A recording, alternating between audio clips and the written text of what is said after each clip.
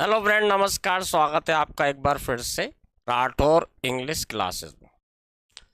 Friends, आज हम देखेंगे रविंद्रनाथ टैगोर, इनकी बायोग्राफी को देखेंगे। फ्रेंड्स, रविंद्रनाथ टैगोर पहले एक नॉन यूरोपियन व्यक्ति थे जिनको नोबेल प्राइज दिया गया था। इससे भी इनकी महानता का आप अंदाजा लगा सकते हैं। ये संभवतः दुनिया के एकमात्र ऐसे व्यक्ति होंगे जिनका लिखा हुआ राष्ट्रगान दो देशों का राष्ट्रगान है। भारत का राष्ट्रगान भी है और बांग्लादेश का राष्ट्रगान भी इन्होंने ही लिखा। तो ये बहुत ही महान कवि रहे हैं। इसके अलावा और बहुत सारी प्रतिभाएं थी। ये पेंटर भी रहे हैं, ड्रामा भी लिखा है उन्होंने और बहुत सारी रचनाएं की उन्होंने। आइए देखते हैं रविंद्रनाथ टैगोर जी की बायोग्राफी को। फ्रेंड, रविंद्रनाथ टैगोर जी का जन्म 7 मई 1861 में हुआ था और इनका जन्म जो है कैलकाटा, उस समय कहते थे, आजकल कोलकाता कहा जाता है, ब्रिटिश इंडिया के समय में इनका जन्म हुआ था। 7 अगस्त 1941 को, यानी भारत की आजादी से पहले इनकी मृत्यु हो गई थी। ये कैलकाटा में इनकी मृत्यु हुई थी। प्रोफेशन की बात करें फ्रेंड, तो जैसे मैंने बताया कि बहुमुखी प्रतिभा के धनी थे। राइटर रहे, सॉन्ग कंपोजर रहे, प्ले राइट रहे, एजेइस्ट और पेंटर भी रहे। पत्नी का नाम मृणालिनी देवी। इनके बच्चों के नाम एक बार देख लेते हैं फ्रेंड। तो रेणुका टैगोर, समेंद्रनाथ टैगोर, मीरा टैगोर, रतेंद्रनाथ टैगोर और मधुरी लता टैगोर। क्योंकि थोड़ा बंगाली नाम है, थोड़ा सा उच्चारण करने में हमें कठिनाई होती। पिता का नाम फ्रेंड देवेंद्रनाथ टैगोर, ये जरूर याद रखिए। माता, पिता, पत्नी, इनके नाम तो हमें जरूर याद होना चाहिए। देवेंद्रनाथ टैगोर इनके पिता का नाम था और शारदा देवी इनकी माता का नाम था। जैसा मैंने आपको बताया फ्रेंड कि 1913 में इन्हें नोबेल प्राइज से सम्मानित किया गया था, जो इन्होंने एक पोएम लिखी थी गीतांजलि, उसके लिए। रविंद्रनाथ टैगोर ने नेशनल एंथम ऑफ इंडिया लिखा और नोबेल प्राइज जीता। इसके लिए ये सबसे ज्यादा प्रसिद्ध है। मल्टी टैलेंटेड पर्सनैलिटी थे। एक बंगाली पोएट थे, ब्रह्म समाज फिलोसोफर थे, विजुअल आर्टिस्ट थे, play right, novelist, painter and composer, यानी बहुमुखी प्रतिभा। आज तक इनके गाने जो है आज तक गाए जाते हैं। बंगाली लोगों में बहुत ज्यादा प्रसिद्ध है ये। फ्रेंड, रविंद्रनाथ टैगोर को इनके पोएटिक सॉन्ग्स के लिए आज भी पूरी दुनिया में और खास तौर से बंगाल में, यानी बंगाली लोगों में याद किया जाता है। इनकी जो है स्पिरिचुअल जो रचना है, इनका बहुत अधिक महत्व है। He was one of those great minds and ahead of his time. That is exactly why his meeting with Albert Einstein. अपने समय से बहुत परे थे। अल्बर्ट आइंस्टीन से इनकी मुलाकात को आज भी याद किया जाता है कि जो साइंस और स्पिरिचुअलिटी का मिलन था। रविंद्रनाथ टैगोर जी अपने आइडियोलॉजीज को पूरी दुनिया में फैलाना चाहते थे, इसलिए इन्होंने बहुत सारे देशों की यात्रा की। इन्होंने जापान से लेकर के यूनाइटेड स्टेट्स और भी कई देशों की यात्रा की फ्रेंड्स। और ये पहले नॉन यूरोपियन व्यक्ति थे जिन्हें कि नोबेल प्राइज से सम्मानित किया गया था।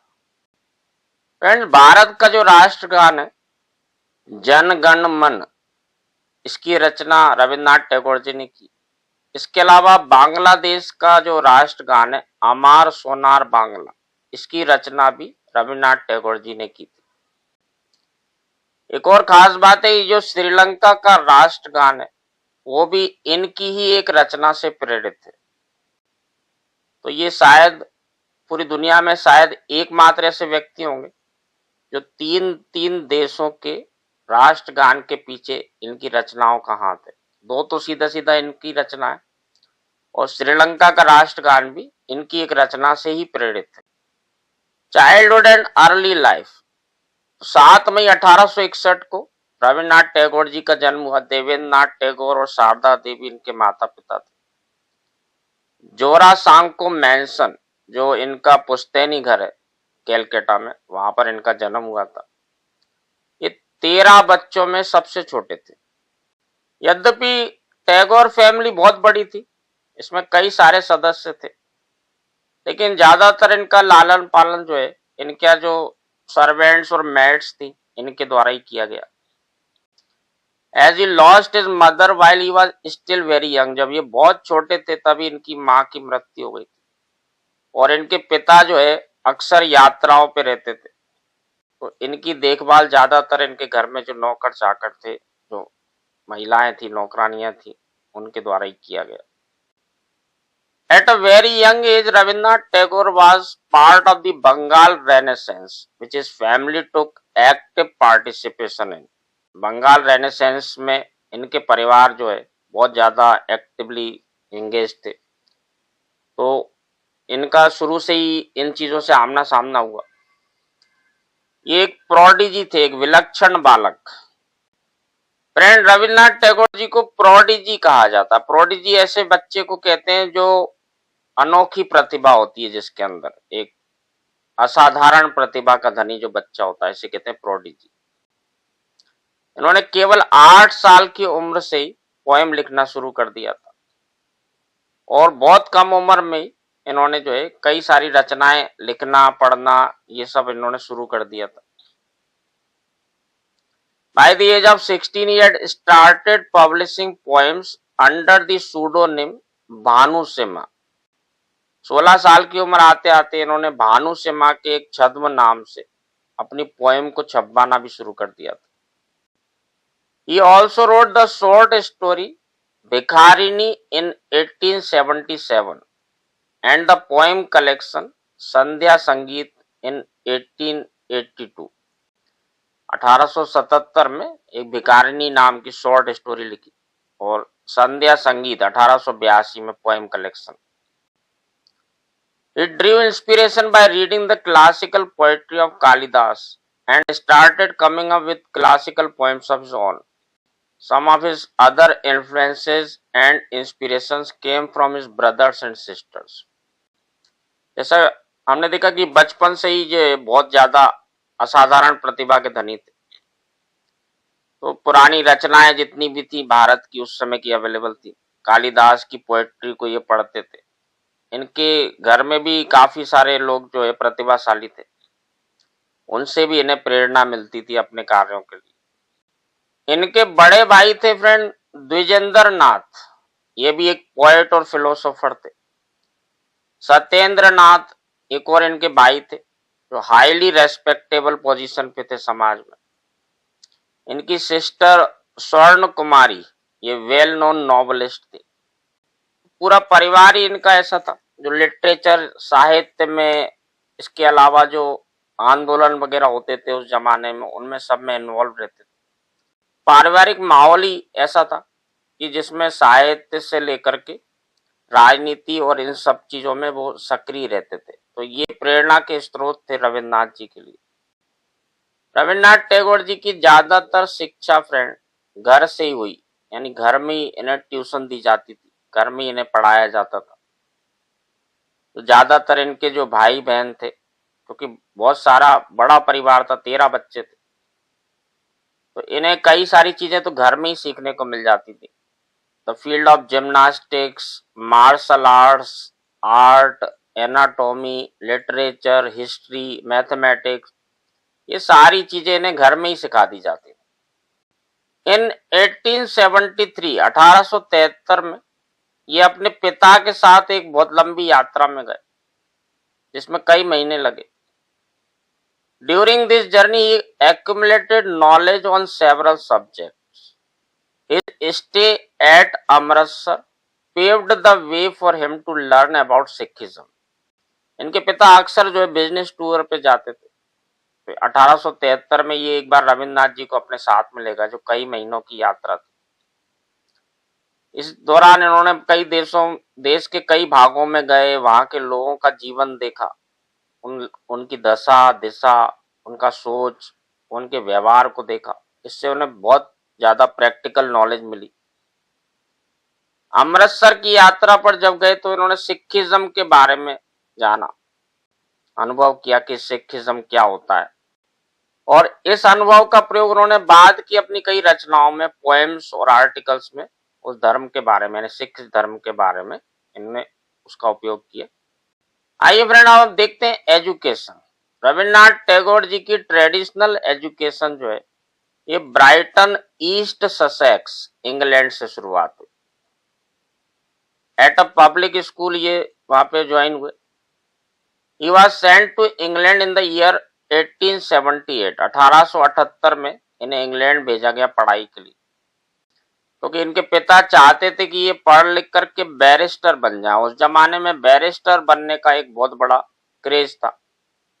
आप देखेंगे कि महात्मा गांधी भी इंग्लैंड गए थे, जवाहरलाल नेहरू भी इंग्लैंड गए थे, ये बैरिस्टर की उपाधि लेने के लिए, यानी ये जो उस जमाने में लॉयर जो रहते थे उनको बैरिस्टर कहते थे।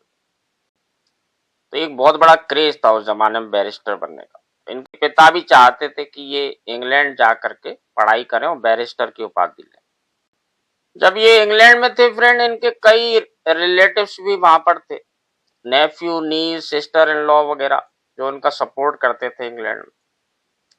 हालांकि रविन्द्रनाथ टैगोर जी को जो फॉर्मल एजुकेशन दी जाती इसमें कभी भी बहुत ज्यादा रुचि नहीं रही, और इसलिए इन्होंने स्कूली पढ़ाई में उतना ज्यादा इंटरेस्ट नहीं लिया, क्योंकि इनका जो रुचि जो है बैरिस्टर बनने में कभी थी ही नहीं। बाद में इनका दाखिला फ्रेंड the University College in London में होता है, where he was asked to learn law, but he once again dropped out and learned several works of Shakespeare on his own. University college London में इनका एडमिशन होता है और law की पढ़ाई करने का कहा जाता है। हालांकि जैसा मैंने आपको बताया इनकी फॉर्मल एजुकेशन में रुचि थी ही नहीं, इनकी रुचि तो हमेशा से साहित्य में रही है। तो इन्होंने ये पढ़ाई को बीच में ही छोड़ दिया और शेक्सपियर और उस समय के जो राइटर्स हुए थे उनका अध्ययन करना शुरू कर दिया। इन्होंने इंग्लैंड में रहकर ही French English, Irish, Scottish literature, वहां का म्यूजिक, इसका अध्ययन किया। इंग्लैंड से भारत लौटने पर इनकी शादी मृणालिनी देवी, जो 10 साल की थी केवल उस समय, उनसे इनकी शादी कर दी गई। आइए फ्रेंड अब शांति निकेतन की स्थापना के बारे में देखते हैं। फ्रेंड रविन्द्रनाथ टैगोर जी ने एक बहुत बड़ी जमीन खरीदी शांति निकेतन में, जहां उनका इरादा था एक एक्सपेरिमेंटल स्कूल खोलने का। बाद में शांति निकेतन में 1901 में ये शिफ्ट हो गए और वहां उन्होंने एक आश्रम खोल लिया। ये एक प्रेयर हॉल था जिसमें बहुत अच्छी मार्बल फ्लोरिंग थी और बहुत सुंदर सा उसे बनाया गया था। इसका नाम दिया गया द मंदिर। शांति निकेतन में फ्रेंड क्लासेस आयोजित की जाती थी जो पेड़ के नीचे होती थी, और गुरु शिष्य परंपरा जो भारत की रही है उसी तरीके से बच्चों को शिक्षा दी जाने लगी। रविन्द्रनाथ टैगोर जी फ्रेंड जो एंशियंट मेथड ऑफ टीचिंग था भारत का, गुरु शिष्य परंपरा, उसको बहुत अधिक महत्व देते थे। उसी तरह से शिक्षा देने की शुरुआत इन्होंने शांति निकेतन में की। जो मॉडर्नाइज तरीका जो ऑलरेडी वो देख चुके थे इंग्लैंड जाकर के, वो उस शिक्षा से ज्यादा प्रभावित नहीं थे। फ्रेंड्स रविन्द्रनाथ जी की पत्नी और उनके 2 बच्चों की शांति निकेतन में रहने के दौरान मृत्यु हो गई, और इस बात से ये बहुत ज्यादा व्यथित थे। रविन्द्रनाथ जी को बहुत गहरा आघात लगा इस चीज से। इसी दौरान इनके जो रचनाएं थी वो धीरे धीरे बहुत ज्यादा पॉपुलर होती जा रही थी। ये बंगाली भाषा में लिखी गई थी, धीरे धीरे उनका अनुवाद भी हुआ। रविन्द्रनाथ जी ने भी इंग्लिश में उनका अनुवाद करा स्वयं, और ये रचनाएं धीरे धीरे इतनी ज्यादा पॉपुलर होती जा रही थी ऑल ओवर वर्ल्ड में। रविन्द्रनाथ जी के द्वारा लिखी गई एक पोएटिक सॉन्ग है जिसका नाम है गीतांजलि। इसका इंग्लिश ट्रांसलेशन भी रविन्द्रनाथ जी ने स्वयं ही किया। बहुत ही ज्यादा पॉपुलर भी हुआ, बहुत पसंद किया गया, और 1913 में नोबेल प्राइज से इनको सम्मानित किया गया। और ये एशिया के प्रथम व्यक्ति बने जिन्हें नोबेल प्राइज दिया गया था, यानी पहले नॉन यूरोपियन व्यक्ति थे। रविन्द्रनाथ जी ने बहुत सारे देशों की यात्रा की फ्रेंड।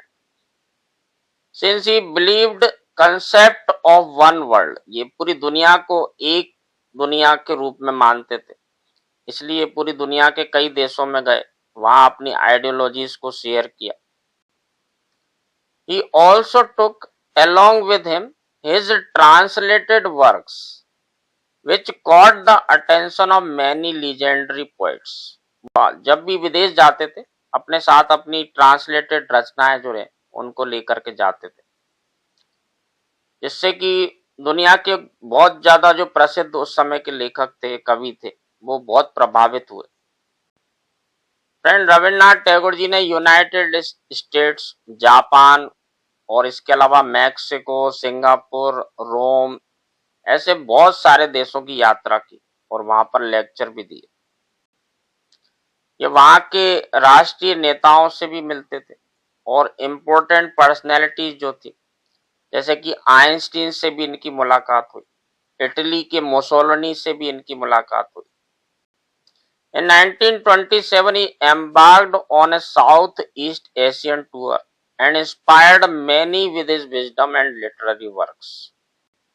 1927 में उन्होंने साउथ ईस्ट एशियन कंट्रीज जो है इनकी यात्रा की और इनकी बुद्धिमानी, इनके जो लिटरेरी वर्क्स थे, इससे यहाँ के जो लोग थे, यहाँ के जो प्रोमिनेंट राइटर्स, पोइट्स, ये बहुत प्रभावित हुए थे। आइए फ्रेंड, अब देखते हैं रविन्द्रनाथ टैगोर जी के लिटरेरी वर्क्स यानी साहित्यिक रचना। तो इन्होंने बहुत सारी कविताएं, उपन्यास और शॉर्ट स्टोरीज की रचना की। बहुत कम उम्र में ही इन्होंने पोएम्स वगैरह लिखना शुरू कर दिया था। इनकी पत्नी और बच्चों की मृत्यु के बाद जो इनके अंदर एक दुख का भाव था, ये इनके साहित्यिक रचनाओं में झलकता है और इनकी साहित्यिक रचनाएं जो है और ज्यादा निखर के आई। इसके बाद टैगोर ने बहुत ही कम उम्र में जो है साहित्य के क्षेत्र में उतर गए थे। इन्होंने अपने कैरियर की शुरुआत की फ्रेंड भिखारिनी नाम के शॉर्ट स्टोरीज से। रविन्द्रनाथ जी की शुरुआती रचनाओं में इनके आसपास का वातावरण, जहां पर कि ये पले और बड़े थे, वो उसकी झलक दिखाई देती है। सामाजिक मुद्दे दिखाई देते हैं, गरीबों की समस्याएं आप देखेंगे कि इनकी कहानियों में अक्सर जो है दर्शित होती है। He also wrote about the downside of Hindu marriages and several other customs that were part of the country's tradition back then. Some of his famous short stories include Kabuli Bala, Chudita Pasan, Atotju, Haimanti and Musalmanir Golpo. ये बंगाली रचना है friend, Bengali भाषा में लिखी गई है, इसलिए इनके नाम जो है ये बंगाली भाषा में है, इसलिए थोड़ा सा पढ़ने में आपको, उच्चारण करने में थोड़ी कठिनाई महसूस होती है। उपन्यासों की बात करें फ्रेंड, तो ये अक्सर माना जाता है कि इनके जो उपन्यास हैं उनको उतना महत्व नहीं मिला जितना कि इनकी पोएट्री को मिला। उसके पीछे रीजन है जो इनका एक unique style of narrating story था, जिसमें कहानियों में भी पोएम्स इंक्लूड की जाती थी, यानी कविता की शैली में कहानी कही गई। इनका उपन्यास Shesher Kobita narrated its story through poems. इनका जो एक उपन्यास है शेषेर कविता, इसमें कहानी को जो है कविता की शैली में कहा गया। He also gave a satirical element to it by making his characters take jibes at an outdated poet named Rabindranath Tagore. इसमें एक व्यंग्यात्मक टिप्पणी भी की गई है, जिसमें एक कवि है जो आउटडेटेड कवि है, जिनका नाम रविन्द्रनाथ टैगोर बताया गया, उनके ऊपर जो है मजाक किया जाता है उनका। इनके दूसरे प्रसिद्ध उपन्यासों में शामिल है फ्रेंड नौका दूबी, गोरा, चातुरंगा, घारे बेरे और जोगा जोग। पोएम्स की बात करें फ्रेंड, तो रविन्द्रनाथ टैगोर जी को जो इंस्पिरेशन मिली वो एंशियंट पोइट जो इंडिया के थे, कबीर दास, राम प्रसाद सेन और इस तरह के बहुत सारे और पोइट उस जमाने के, जैसे कालिदास जी थे, इनकी पोएट्री को ये पढ़ते थे और उनकी झलक भी इनकी कविताओं में दिखाई देती। Some of his best works include बाला का, पूरोबी, सोनार तोरी और गीतांजलि, ये सबसे फेमस है। Tagore stint as an actor, Tagore ने बहुत सारे ड्रामास लिखे जो भारतीय पौराणिक कथाओं पे और कंटेम्प्ररी सोशल इश्यूज पे थे। उन्होंने अपना ड्रामा वर्क जो है ये अपने भाई के साथ ही जो है ड्रामा का काम करना शुरू कर दिया था जब वो केवल टीन एज में थे। When he was 20 years old, he not only did pen the drama Valmiki Pratibha, but also played the titular character. The drama was based on the legendary dacoit Valmiki.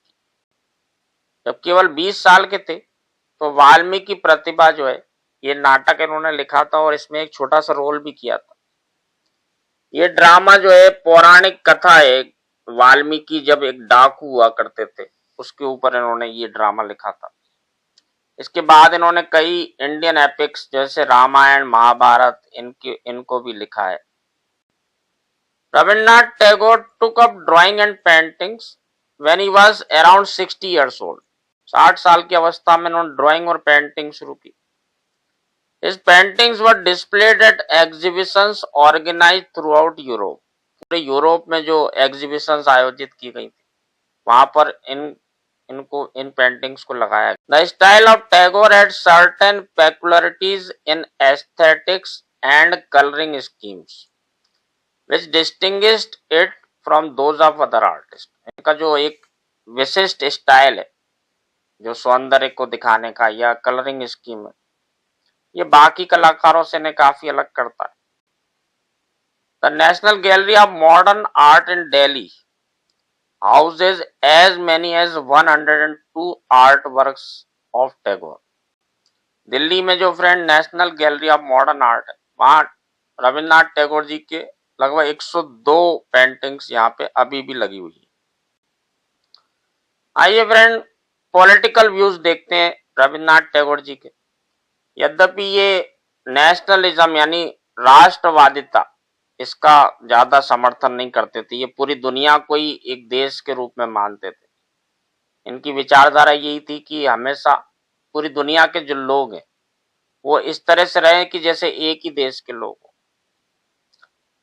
हालांकि ये भारतीय nationalist जो लोग थे जो अब देश की आजादी के लिए लड़ रहे थे उनका हमेशा इन्होंने समर्थन किया और सार्वजनिक रूप से यूरोपियन इंपेरियलिज्म की हमेशा आलोचना की।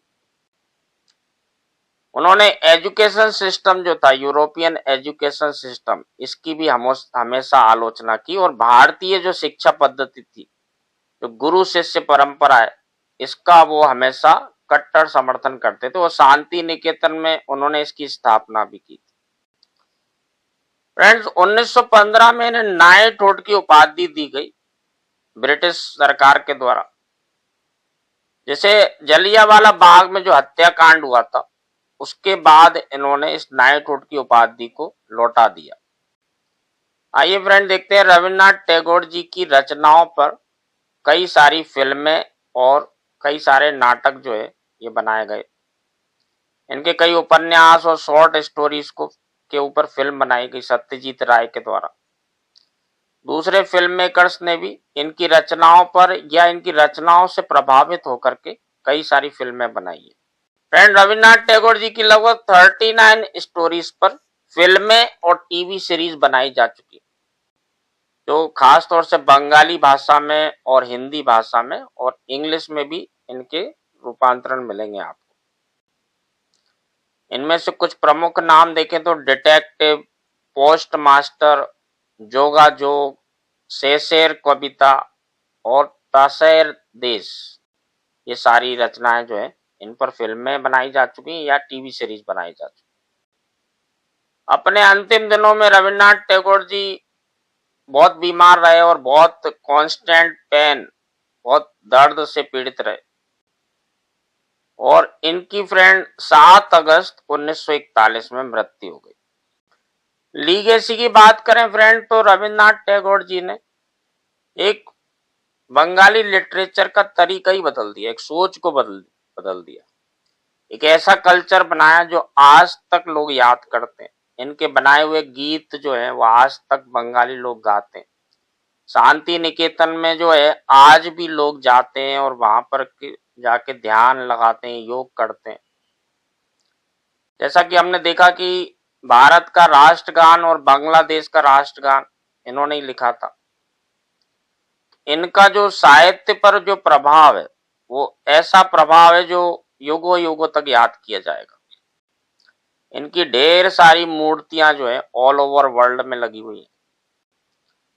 लगभग 5 म्यूजियम है जो डेडिकेटेड है रविन्द्रनाथ टैगोर जी को, जिनमें से 3 इंडिया में और 2 बांग्लादेश में।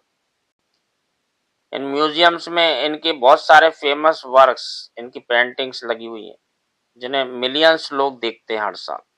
आइए फ्रेंड, अब देखते हैं रविन्द्रनाथ टैगोर जी के प्रमुख रचनाएं। जैसा कि हम जानते हैं कि ये बंगाली राइटर्स थे, यानी मूल रूप से जितनी भी रचनाएं इन्होंने की है, पोएट्री से लेकर के ड्रामा, नॉवेल, ये मूल रूप से बंगाली में ही लिखा है इन्होंने ज्यादातर। तो बंगाली पोएट्री की बात करें तो प्रमुख नाम देखते हैं मानसी, सोनार तारी और सबसे इंपॉर्टेंट नाम जो है गीतांजलि। इसका अंग्रेजी अनुवाद भी किया गया सॉन्ग ऑफरिंग्स के नाम से, तो 1910 में प्रकाशित हुआ था। इसके अलावा फ्रेंड गीति माल्या, बालका ड्रामास की बात करें तो वाल्मीकि प्रतिभा 1881 में, काल मृगाया द फेटल हंट, मायार खेला, विसर्जन, चित्रांगदा, राजा। एक और बहुत फेमस रचना है फ्रेंड डाकघर द पोस्ट ऑफिस 1912 में, आचार्यतन द इमूवेबल, मुक्ताधरा, रक्ता कराबी, चंदालिका। फिक्शन की बात करें फ्रेंड तो नाश्ता नेर, द ब्रोकन नेस्ट, गोरा, फेयर फेस्ड, घारे बारे, the home and the world, yoga योग। मेमोइर्स देखें तो जीवन स्मृति, माय रेमिनिसेंस, छेले बेला, द बॉयहुड डेज। इंग्लिश में भी इन्होंने रचना की है फ्रेंड थॉट रेलिक्स 1921 में। कुछ रचनाएं जिनको इंग्लिश में ट्रांसलेट किया फ्रेंड उनको देखते हैं तो चित्रा 1914 में, Creative Unity, the Crescent Moon, the Cycle of Spring, Fireflies, Fruit Gathering, the Fugitive, the Gardener, Gitanjali, Song Offerings. ये 1912 में इंग्लिश अनुवाद प्रकाशित हुआ था और इसी के लिए इन्हें नोबेल प्राइज मिला था फ्रेंड। इसके अलावा glimpses of Bengal, the home and the world, the hungry stones, I won't let you go selected poems हैं। The king of the dark chamber, letters from an expatriate in Europe, the lover of God, Mashi, my boyhood days, my reminiscences, nationalism, the post office, Sadhana, the realisation of life, selected letters, selected poems, selected short stories, songs of Kabir, the spirit of Japan, stories from Tagore, stray birds, vocation, the wreck। आइए friend आप देखते हैं adaptations of novels and short stories in cinema. इनके कई उपन्यास और short stories पर cinema में इनको अपनाया गया। तो बंगाली में देखें फ्रेंड तो नातिर पूजा ये फिल्म बनी थी 1932 में। ये एकमात्र फिल्म है फ्रेंड जिसे रविन्द्रनाथ टैगोर जी ने डायरेक्ट किया था। इसके अलावा नौका दूबी 1947 में फिल्म बनी नितिन बोस के द्वारा। बाऊ ठाकुरानीर हाट, ये 1953 में। 1957 में एक पिक्चर बनी थी फ्रेंड, काबुली वाला, ये बहुत फेमस पिक्चर है तपन सिन्हा के द्वारा। क्षुदिता पाषाण 1960 में। तीन कन्या 1961 में सत्यजीत राय के द्वारा। चारुलता 1964 में, ये भी सत्यजीत राय के द्वारा। घारे बेरे ये 1985 में सत्यजीत राय के द्वारा। चौखेर बाली 2003 में ऋतुपर्णो घोष। सस्ती 2004 में। सुबह 2006 में। चातुरंगा ये 2008 में। नौका दूबी 2011 में। LR 4 अध्याय 2012 में। अब हिंदी फिल्मों के बारे में देखते हैं फ्रेंड। तो सैक्रिफाइस 1927 में, ये बलिदान के नाम से। मिलन 1946 में, जो नौका डूबी, ये जो रचना थी। डाकघर 1965 में। 1961 में काबुली वाला विमल रॉय के द्वारा ये फिल्म बनाई गई थी और ये बहुत फेमस फिल्म है, इसको जरूर याद रखिए। उपहार संपत्ति 1971 में सुधेंदु रॉय। लेकिन 1991 में ये फ्रेंड फिल्म बनी थी और ये भी बहुत फेमस फिल्म है, जिसे गुलजार के द्वारा डायरेक्ट किया गया था। 4 अध्याय 1997 में, ये कुमार साहनी के द्वारा बनाई गई। कश्मकश 2011 में। बायोस्कोप वाला ये 2017 में। भिखारिन। तो फ्रेंड ये बायोग्राफी को हमने देखा रविन्द्रनाथ टैगोर जी, जो केवल इंडिया के नहीं बल्कि पूरे वर्ल्ड के सबसे महान लेखकों और खास तौर से कवियों में से एक माने जाते हैं। Thank you very much friend. आज की वीडियो में हम इतना ही करेंगे, नेक्स्ट वीडियो में फिर मिलते हैं।